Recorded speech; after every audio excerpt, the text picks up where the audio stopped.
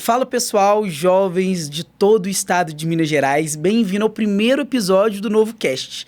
Gostaria de mandar um abraço para cada um de vocês que está assistindo a gente, mandar um abraço para Romeu Zema, que está aí assistindo a gente também, nosso grande fã. Um abraço aí, nosso pré-candidato a presidente. E hoje estamos com um dos vereadores mais atuantes da cidade de Belo Horizonte, que veio do mundo do empreendedorismo, é um grande defensor da liberdade e veio aqui ceder um pouco do seu tempo para bater um papo muito legal com a gente. Bem-vindo, Braulio Lara. Eu primeiro quero dizer que eu estou muito feliz de ter recebido esse convite. Obrigado, Eduardo Almeida, pelo convite e mando um abraço aí para toda a juventude do Novo e vamos lá, vamos com tudo. Braulio, você que veio do empreendedorismo, já era um empreendedor bem realizado na sua área, o que te motivou a encarar os desafios de ser o vereador de uma das maiores capitais do Brasil? Bem, eu construí a minha vida profissional, a minha vida acadêmica antes, e eu não era uma pessoa conectada com política. Mas, no entanto, naquele momento que todo mundo foi às ruas em 2013 e depois a gente teve o Fora Dilma em 2015, isso tudo me fez sair da zona de conforto e eu fui desafiado a participar da política para justamente entrar, né, para dentro do dia a dia da política, da discussão política e assim a gente transformar o nosso país. Então, eu fui candidato a primeira vez a vereador em 2016, não fui eleito, mas desse momento em diante eu comecei a participar ativamente da vida pública. Eu comecei a militar como um voluntário na Associação de Moradores do meu bairro e passei a ser uma pessoa que foi sendo reconhecida dentro desse ativismo comunitário, dentro do voluntariado, como uma pessoa relevante. E assim, em 2020, então, fui eleito a primeira vez vereador e a segunda votação da reeleição, praticamente dobrei votos, então isso significa que as pessoas estão curtindo o nosso trabalho. Queria mandar um abraço aqui, que chegou no WhatsApp, para o Rômulo, um grande amigo nosso que está aí assistindo a gente, vice-presidente da Associação do Bairro Buritis. E, Braulio, você nesses últimos 8 anos foi uma referência no maior bairro, pode-se dizer, né, de Belo Horizonte, que é o Buritis. Quais são os desafios de cuidar de um bairro tão grande igual esse? Bem, é do tamanho de uma cidade, né? O bairro Buritis, ele tem aproximadamente aí 42 mil habitantes, então ele é maior do que muita cidade do interior. E o desafio, de fato, é que todos os problemas que existem numa cidade acabam existindo nesse pedacinho de terra que é um dos bairros de BH. E ali começou a minha vida exposta, a minha vida pública, porque, como presidente de associação de moradores, a gente se deparava com problemas dos mais simples aos mais complexos, mas o mais importante é que a gente fez de tudo para melhorar o nível de atendimento dos serviços públicos dentro do bairro, cobrando das autoridades, pedindo melhorias, então a população começou a reconhecer isso. Num segundo momento, como vereador, eu expandi essa atuação para a cidade inteira. Então, o Braulio hoje é um vereador de Belo Horizonte como um todo. E esse ano já fui intimado e sou, de fato, pré-candidato a deputado federal. E aí sim, agora não mais apenas Belo Horizonte, mas a gente tem que falar de Minas Gerais como um todo. Acompanhando de perto, né, seu mandato, eu vejo que você atende o pedido de muitos dos seus eleitores com muito carinho, muita atenção. Porém, ainda existe o problema da burocracia da prefeitura de resolver esses problemas. O que você acha que a vida pública, o serviço público deveria atualizar para esse problema ser resolvido? Bem, nós temos diversos tipos de problema dentro do rol de serviços públicos, desde os mais simples aos mais complexos. Mas eu vou dar 2 exemplos aqui de coisas simples e irritantes que a gente não consegue resolver, né? Eu até falo que eu me vejo um pouco como o síndico de todos os prédios que eu participei e que eu morei. E quando eu virei vereador, eu não deixei de ter algumas atitudes de síndico, que é de conferir se a lâmpada está queimada, se tem algum buraco, se tem algum problema, e já ir fazendo essas notificações para que alguma coisa seja feita e resolvido o problema de forma o mais rápido possível.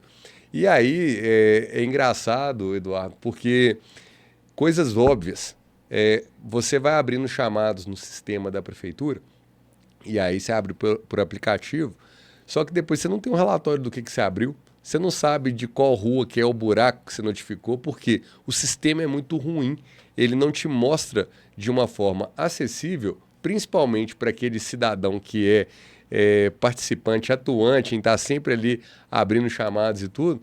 E eu já pedi para melhorar esse sistema da prefeitura já várias vezes e continuam as mesmas coisas. Eu olho para minha caixa de e-mail, tem um monte de protocolo aberto lá, mas na hora que eu preciso saber qual é uma encrenca. Isso é uma coisa teoricamente simples. Mas a gente tem também as coisas mais complexas, né? Nessa região oeste mesmo da cidade, existem vários projetos de infraestrutura que foram propostos em 2007 num plano da prefeitura que se chama Viurbis e nada sai do papel. E hoje eu estou lutando para justamente o seguinte, mesmo que a obra ainda não venha a sair do papel, será que já não tem como a gente desenhar a obra, projetar e calcular os custos? Porque se a gente tiver detalhamento de projeto, detalhamento de planilha orçamentária, a gente sabe qual que é o tamanho do projeto, quanto ele deve custar e assim correr atrás dos recursos para conseguir fazer com que um dia essas obras saiam do papel. Só ali na região do Buritis mesmo são 5 projetos estruturantes que a gente vai lutar para que eles um dia aconteçam. Mas com isso, certamente seria muito mais fácil a forma de atuação se tivessem projetos prontos e infelizmente isso não é uma cultura da nossa cidade e muitas vezes nem é cultura do país. O brasileiro tem que aprender a projetar, planejar e executar, porque tem muita coisa que depende sim da disciplina de chegar no longo prazo. Vereador, puxando um pouco mais nesse tema, para você então, BH está parado no tempo ou está evoluindo? Belo Horizonte está parada no tempo. Olha só, se a gente fizer uma comparação com São Paulo, apesar de que São Paulo é uma cidade mais antiga, mas o paulista ele vai trabalhando, criando projetos estruturantes. Então, Belo Horizonte se orgulha de travar o trânsito com semáforos porque eles ignoram a possibilidade de fazer viaduto, né? A gente tinha que construir mais viadutos, pontes, criar, de fato, fluxos arteriais mais robustos dentro da cidade, mas há quanto tempo você não viu uma obra de um viaduto em Belo Horizonte? Agora é que a gente está vendo uma retomada disso na própria Cristiano Machado. Mas veja, a Cristiano Machado, que é uma avenida importantíssima do vetor norte da cidade, que dá acesso ao aeroporto, ela, na verdade, está sendo palco de obras, mas não se prepararam para fazer as obras antes. Então, a própria obra da trincheira ali em frente à Catedral Cristo Rei, que está sendo construída, está tendo uma faixa só para passar carro. Eles deviam ter afastado os postes antes, feito outras pistas de rolamento e até preparado outras pontes para dissipar o efeito do trânsito e criar alternativas para o motorista. Mas não, primeiro começa a obra, estrangula o trânsito, cria um transtorno absurdo num vetor importantíssimo da cidade e a gente vê a obra andando a um ritmo lento que, enfim, vai atrapalhar, entre aspas, a vida do Belo Horizontino por uns bons anos antes de ter o resultado efetivo que é necessário, que é de melhorar a fluidez do trânsito da Cristiano Machado. Pegando essa questão de atraso de Belo Horizonte, hoje a capital mineira, ela chega a um pouco mais de 15 mil habitantes em situação de rua. Isso é um número que só cresce e nunca decresce. Em relação a isso, você tem pautas para melhorar essa situação. O que você acha que a capital mineira deveria fazer para melhorar em questão de assistencialismo à população de rua? Bem, primeiro eu quero falar então de pontos que já fiz.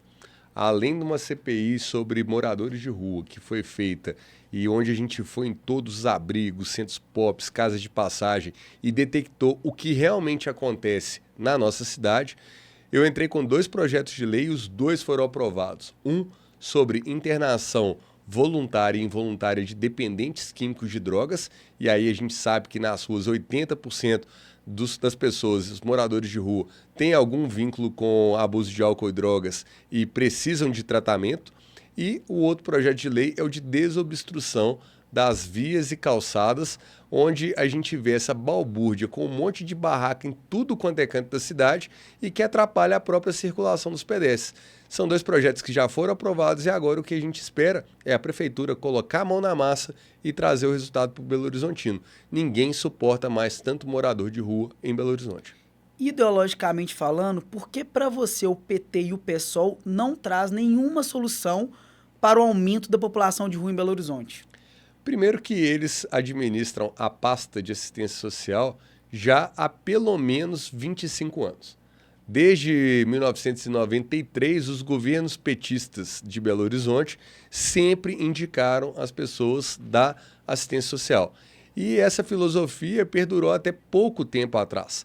Então, tudo que a gente viu e acontece em Belo Horizonte é reflexo desse tipo de abordagem, esse tipo de pensamento, né, ideológico em si, para resolver a questão de moradores de rua. Na verdade, a gestão da esquerda sempre foi para manter as pessoas nas ruas.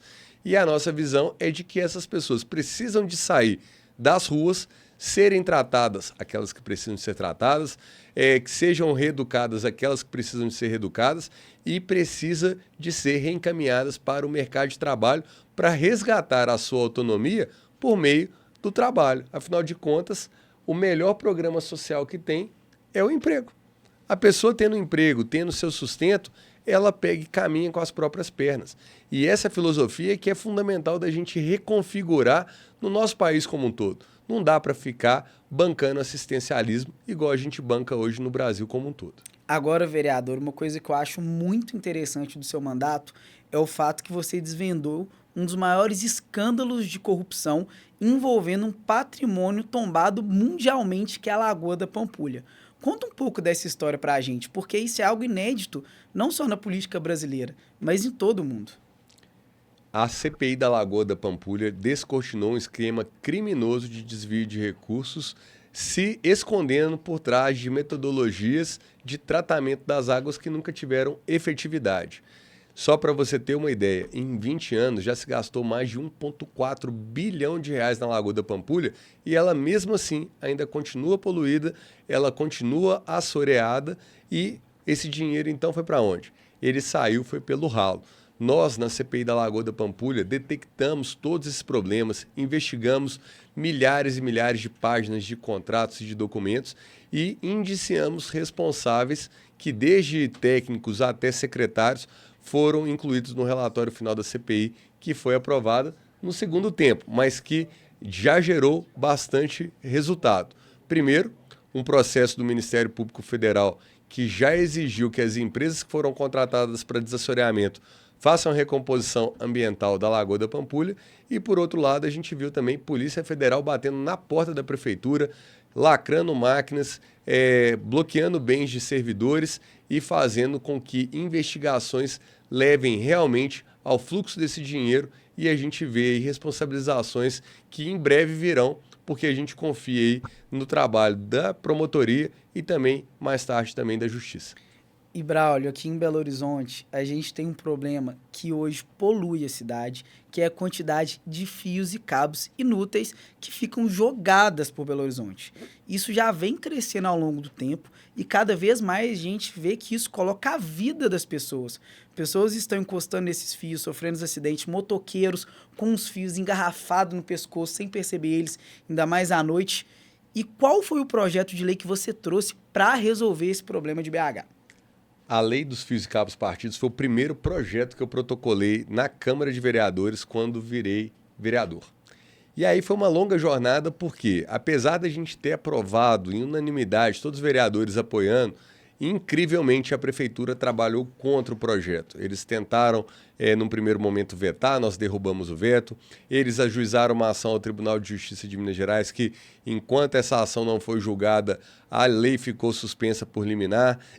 Mas chegou num ponto que nós ganhamos no TJ e aí eles foram ao STF para tentar, por meio de minúcias, derrubar a legislação.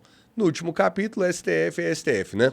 A lei foi derrubada, mas nós reapresentamos nesse mandato atual, né, no meu segundo mandato, reapresentamos a lei corrigindo as vírgulas e minúcias que alegaram como inconstitucionalidade e aí sim, não só fomos exitosos porque aprovamos dentro da Câmara em 2 turnos, mas também a lei foi sancionada pela Prefeitura, então a gente agora tem uma perspectiva de realmente resolver o problema. Chega de fios e cabos partidos por toda a cidade, chega de fios e cabos que estão enfeiando a nossa cidade, jogados nas calçadas, enrolados em postes, em placas, em árvores.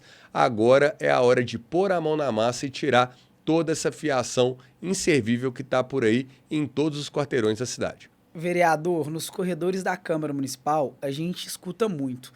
Você encara os problemas que vários vereadores não tiveram coragem de defender, de resolver ao decorrer dos anos, como população em situação de rua, corrupção envolvendo Lagoa da Pampulha.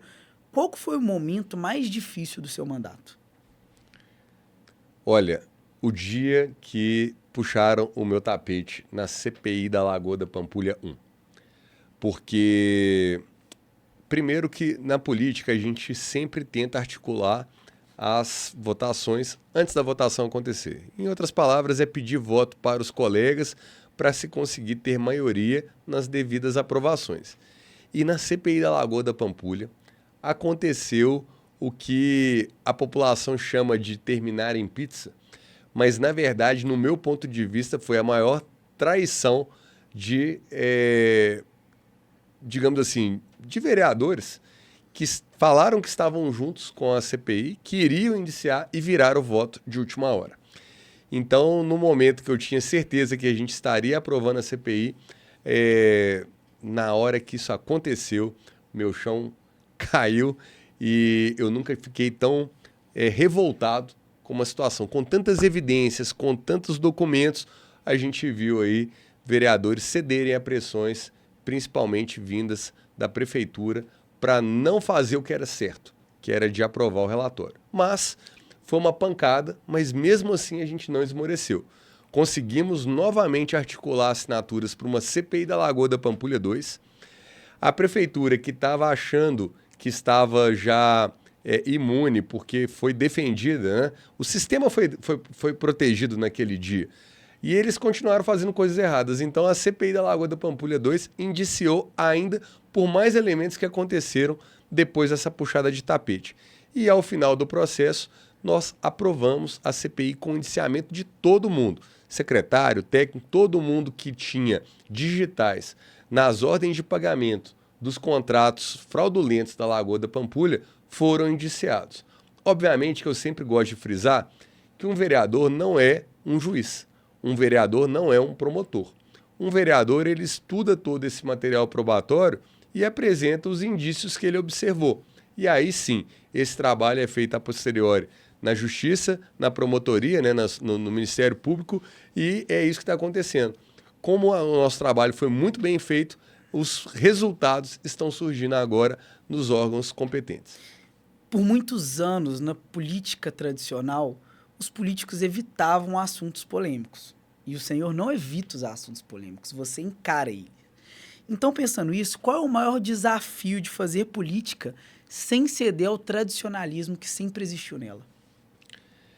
Bem, primeiro é trabalhar com a verdade e trabalhar com o povo, trabalhar com as pessoas que te elegeram, que te outorgaram um mandato para representá-las.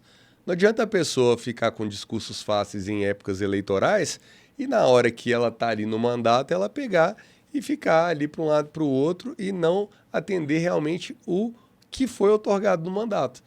Então, falando de problemas difíceis, morador de rua, que é um negócio mais sensível do que isso, porque adjetivos que tentam me diminuir a todo momento, né? Me chamam de higienista, chamam de fascista, de não sei o quê, blá, blá, blá, blá, blá, blá, mas os ataques vêm sempre dos mesmos, que são aqueles que nunca fizeram nada para resolver, mas gostam de ficar criticando quem propõe solução. E eu sou da seguinte filosofia, eu pus aqui uma alternativa de solução. Se você acha que está ruim, apresenta uma melhor. Só que essa turma que fala demais, normalmente eles não apresentam solução nenhuma. São especialistas em ficar enchendo a paciência, mas resolver problema que é bom mesmo, não fazem. E o que mais te incomoda na política hoje, além do governo Lula? Bem, aí você já me botou num ponto que o mais incomoda, né? Na verdade, o que é o mais impressionante, e é importante falar isso para vocês que são jovens, o tempo da política é muito devagar. Então, passa um ano rápido, passa um mandato de 4 anos rápido, passa uma década muito rápido. Então, eu hoje tenho 45 anos. Se eu olhar 10 anos para trás, quando eu tinha 35, e foi a época mais ou menos ali que eu comecei a participar da política e de me inteirar, o que é mais irritante é você descobrir o tanto que eles tentam nos enganar o tempo inteiro. é você ser desrespeitado porque acham, entre aspas, que todo brasileiro tem memória curta. Então, se você começa a observar as coisas que aconteceram num curto espaço de tempo, considerando a nossa vida, né, 10 anos é uma mixaria. Mas o que aconteceu? Roubalheira, corrupção, o PT metendo a mão, o país entrando em recessão. E aí, de repente, eles tentam o tempo inteiro, por meio de narrativas, apagar as evidências do passado. Por isso que quando a gente vai ficando mais maduro, a gente já começa a não tolerar que nos chamem de idiotas, que acham que está escrito na nossa testa que somos pessoas alheias às evidências, à verdade. Então, isso é o mais cansativo, é o cara que está do outro lado achar que a gente é burro. E, vereador, depois de ter feito um mandato sensacional aqui em Belo Horizonte, você está encarando um próximo desafio, que é ser pré-candidato a deputado federal pelo Partido Novo. Quais vão ser suas propostas a serem levadas para Brasília? Olha, é muito gratificante você tá fazendo um bom trabalho, as pessoas reconhecerem isso e, por causa disso, te convidar por desafios mais complexos, mais relevantes, como, por exemplo, ser candidato a deputado federal. Então, eu fico muito orgulhoso disso.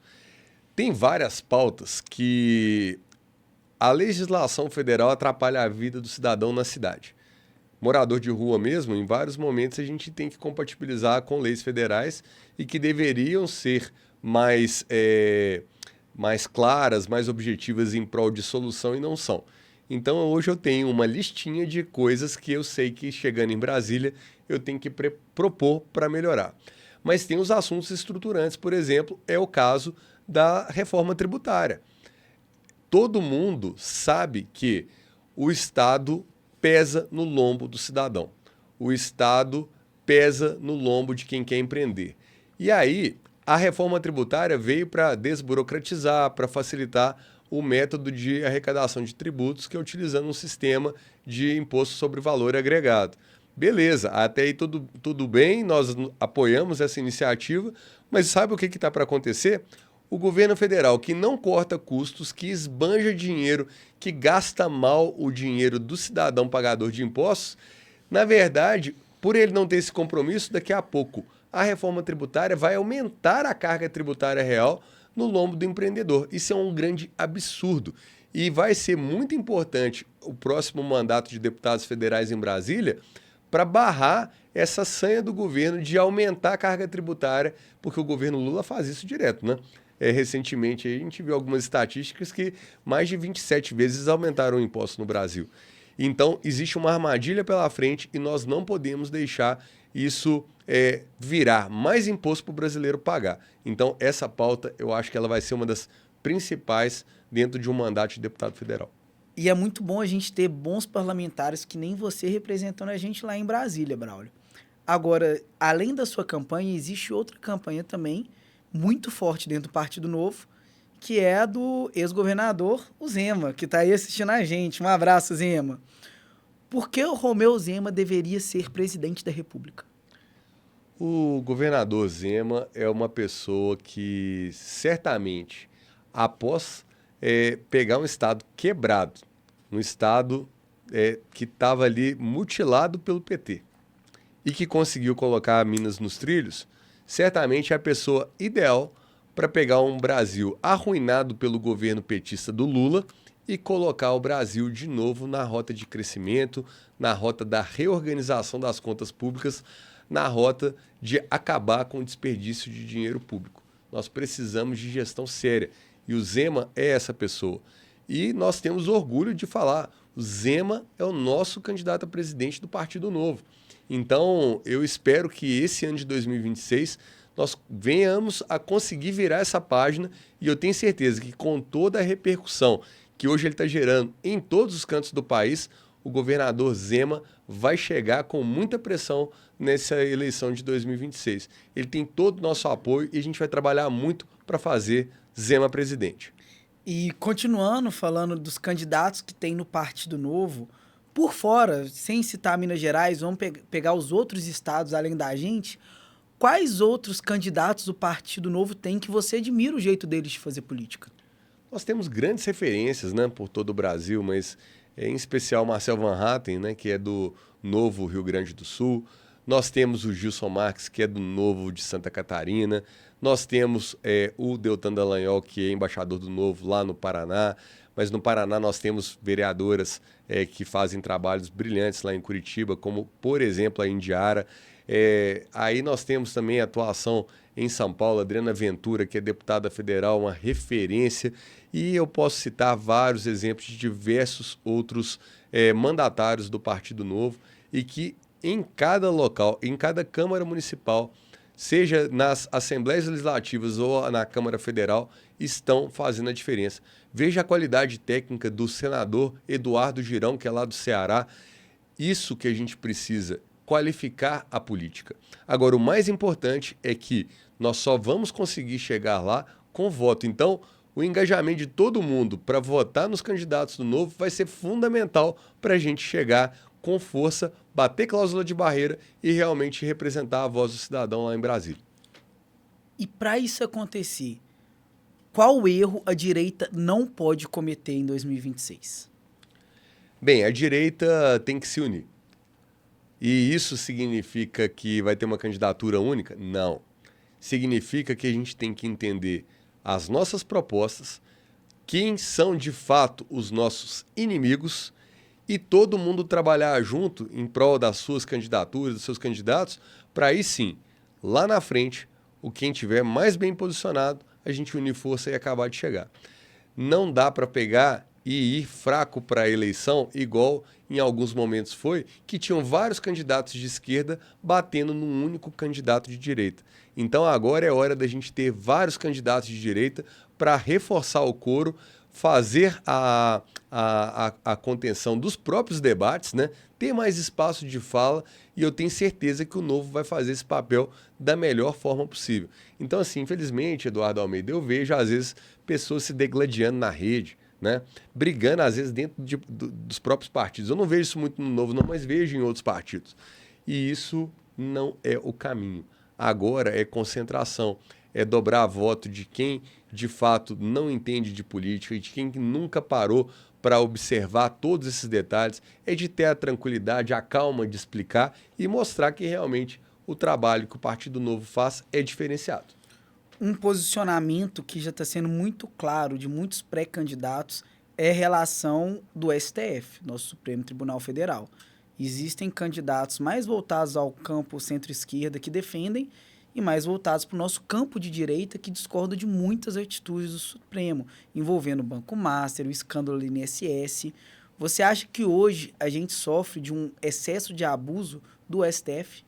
O Brasil vive a ditadura do STF. Nós temos o inquérito das fake news aberto há 7 anos, que eles colocam gente lá e tiram, colocam, processam quem eles bem entendem e fazem uso desses instrumentos para criar, inclusive, perseguição política. E a gente precisa de voltar a ter confiança nas instituições, mas, infelizmente, enquanto os membros das instituições não fizerem o seu papel devidamente dentro das prerrogativas, dentro do escopo que foi definido na Constituição do Brasil, a gente, infelizmente, vai ver um judiciário que manda no país.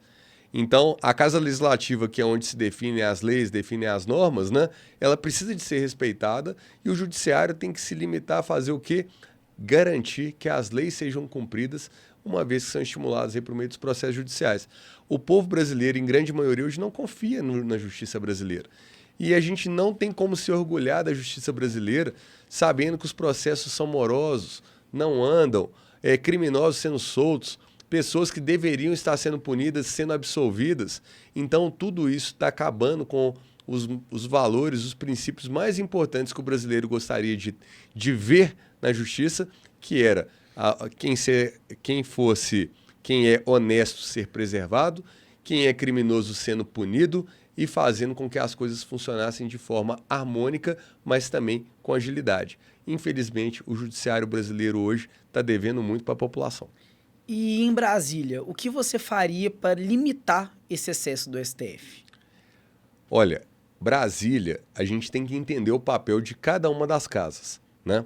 Você tem o Congresso Nacional, que é dividido em Senado Federal e Câmara dos Deputados. Um deputado é um voto em 513 votos. Um senador é um voto entre 81 votos. E, obviamente, o Poder Executivo. Cada um no seu papel. O papel de um deputado federal, ele vai ser justamente de verbalizar aquilo que está errado, de defender de projetos ruins, votar contra, criar estratégias políticas para frear maus projetos, propor bons projetos, mas ele não vai ter uma ação sozinho que vai chegar lá e resolver. E na política, uma das coisas mais importantes é a gente agrupar pessoas, agrupar e formar as maiorias para garantir as votações. Então, é um grande trabalho de articulação, mas tendo em vista e entendendo os principais problemas do Brasil para que na hora que esses projetos, essas demandas entrem em pauta, ir lá e representar o brasileiro por meio do voto. E Braulio, você falou em relação aos problemas do Brasil. Para você hoje, quais são os maiores problemas que o Brasil enfrenta? O pior dos problemas é essa gastança que é feita pelo Poder Executivo, principalmente, e que drena recursos do cidadão. Esse é o primeiro ponto.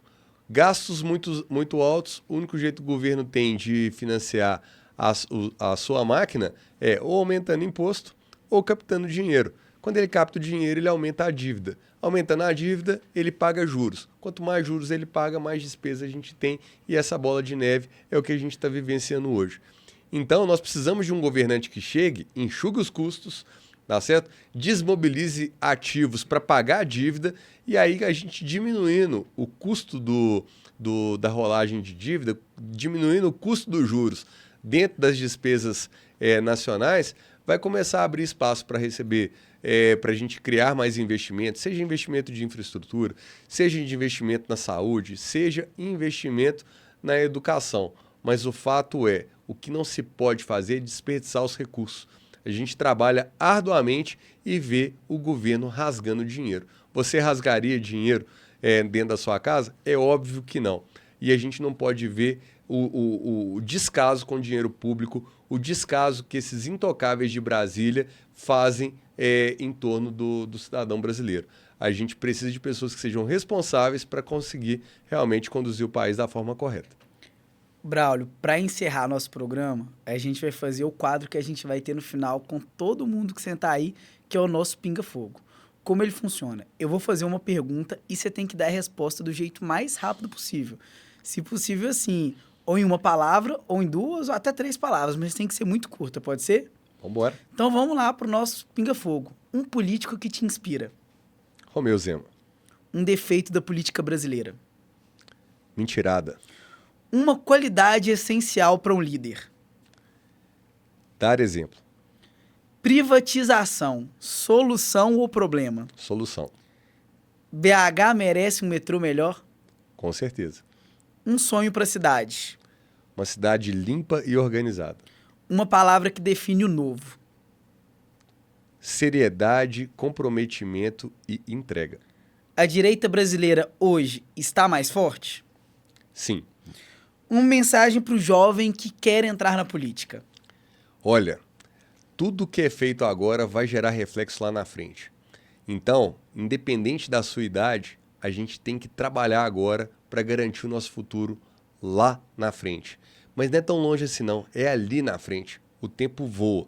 Então, participe, não deixe de estar junto, vai aprendendo, ninguém nasceu sabendo.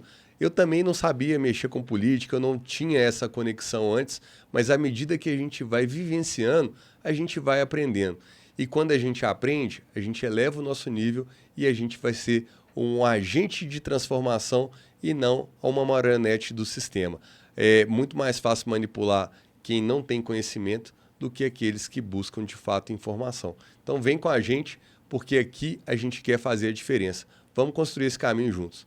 E esse foi nosso primeiro episódio do Novo Cast, o podcast da Juventude do Novo aqui de Minas Gerais. Braulio, muito obrigado por ter participado com a gente e você eu já te convido. O nosso próximo episódio também vai ser com a nossa vereadora Fernanda Otoé. Então vem participar com a gente, mande perguntas, sugestões. E Braulio, para encerrar, vou pedir para você deixar uma mensagem também no final.